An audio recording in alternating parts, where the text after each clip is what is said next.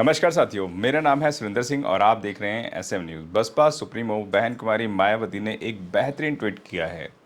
पहले तो वीडियो में शुरू से आखिरी तक बने रहिएगा क्योंकि वीडियो बहुत महत्वपूर्ण होने वाला है। बहुजन समाज के जितने भी समर्थक हैं, ये खास तौर से उनके लिए वीडियो है, या जितने भी आलोचक हैं उनके लिए भी ये वीडियो है। बसपा सुप्रीमो बहन कुमारी मायावती ने एक बेहतरीन ट्वीट किया है और वो क्यों किया है, वो पूरा ट्वीट जो किया है बहन जी ने आकाश आनंद जी के लिए किया है।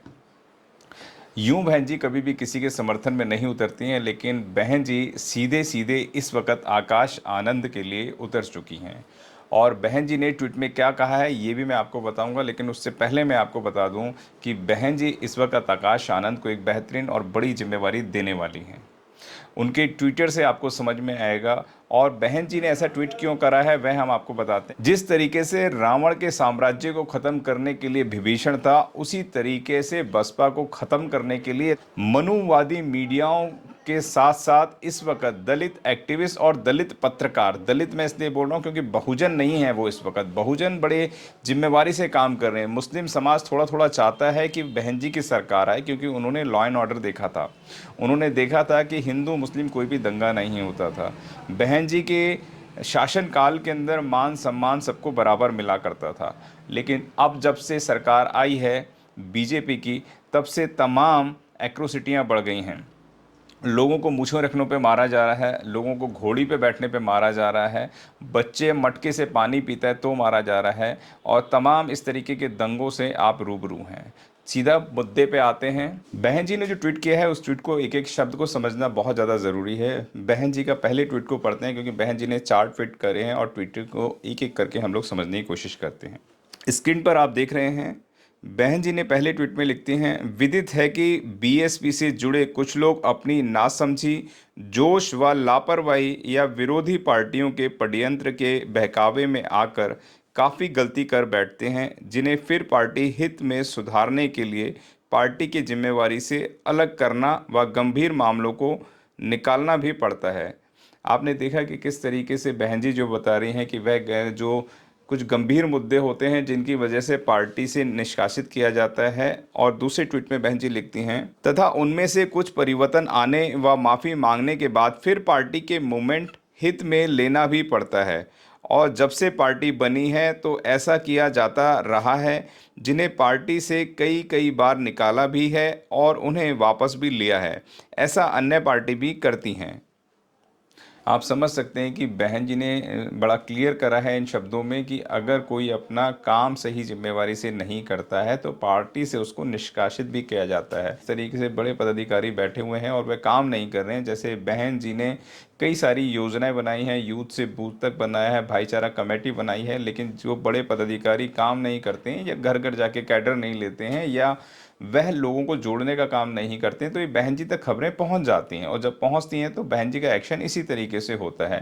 तो उनको यह दिखाना बहुत ज़्यादा ज़रूरी होता है कि पार्टी को सही रूप से चलाना सबसे पहली जिम्मेवारी है। इसलिए समय समय पर कुछ लोगों को निष्कासित भी किया जाता है, लेकिन देखने में आता है कि कई बार उनको लिया भी जाता है।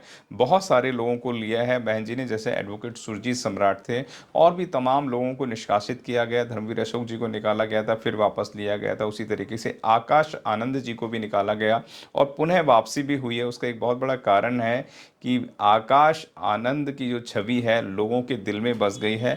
लोग आकाश आनंद के अंदर कहीं ना कहीं बाबा साहब की छवि को देखते हैं, उनके अंदर गौतम बुद्ध की छवि को देखते हैं कि उनकी उनकी सरलता, उनकी मधुरता, उनके चेहरे पे एक जो अजीब सा सुंदर सा भाव आता है वह देखने योग्य होता है। वहीं बहन जी अपने तीसरी ट्वीट में लिखती हैं, किंतु श्री आकाश आनंद के मामले में खासकर बहुजन समाज के कुछ स्वार्थी व बिकाऊ लोग, जिन्होंने पार्टी के फोटो को बांटने व कमजोर करने के लिए अपनी अनेकों पार्टियां, संगठन आदि बनाए हुए हैं, वह इस बात को मीडिया में आए दिन काफ़ी गलत प्रचार करते रहते हैं।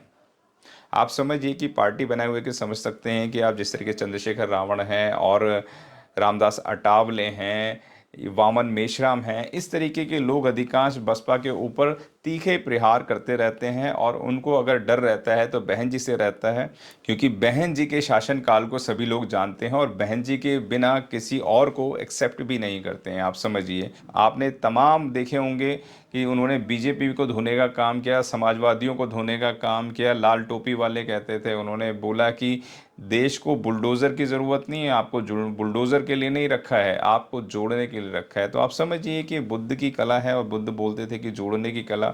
तो शब्दों में उनके जो भावार्थ होते हैं वह बुद्ध की भाषा शैली भी आपको नज़र आती है। वहीं बहन जी अपने चौथे ट्वीट में लिखती हैं, ऐसे अवसरवादी व स्वार्थी तत्वों से पार्टी के लोग सतर्क रहें तथा श्री आकाश आनंद का अब हौसला भी जरूर बढ़ाएं, ताकि वह पार्टी के कार्यों में पूरे जी जान से जुट जाएं।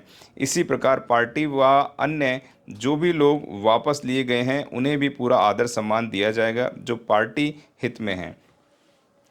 आप समझिए, बहन जी की ने एक इशारा दे दिया है कि आप इस वक्त पूरे आकाश आनंद को मजबूत करने के लिए लग जाइए। यानी कि 2027 को देखते हुए बहन जी ने साफ साफ दिशा निर्देश दे दिए हैं इशारों के अंदर, और बहन जी अब खुल के आ गई हैं। समझिए कि 2027 का चुनाव कितना बेहतरीन होने वाला है कि बहन जी छोटे छोटे मुद्दों पे बातें कर रही हैं, चाहे वो कोई भी मुद्दा हो, शिक्षा का हो, रोज़गार का हो, बेरोज़गारिता का हो, जो भी मुद्दे हैं बहन जी उन पर तमाम मुद्दों पर बातें कर रही हैं। और बहन जी ने इशारों ही इशारों में साफ साफ कह दिया है कि आकाश आनंद के लिए आप लोग इस पे पूरे जी जान से लग जाइए।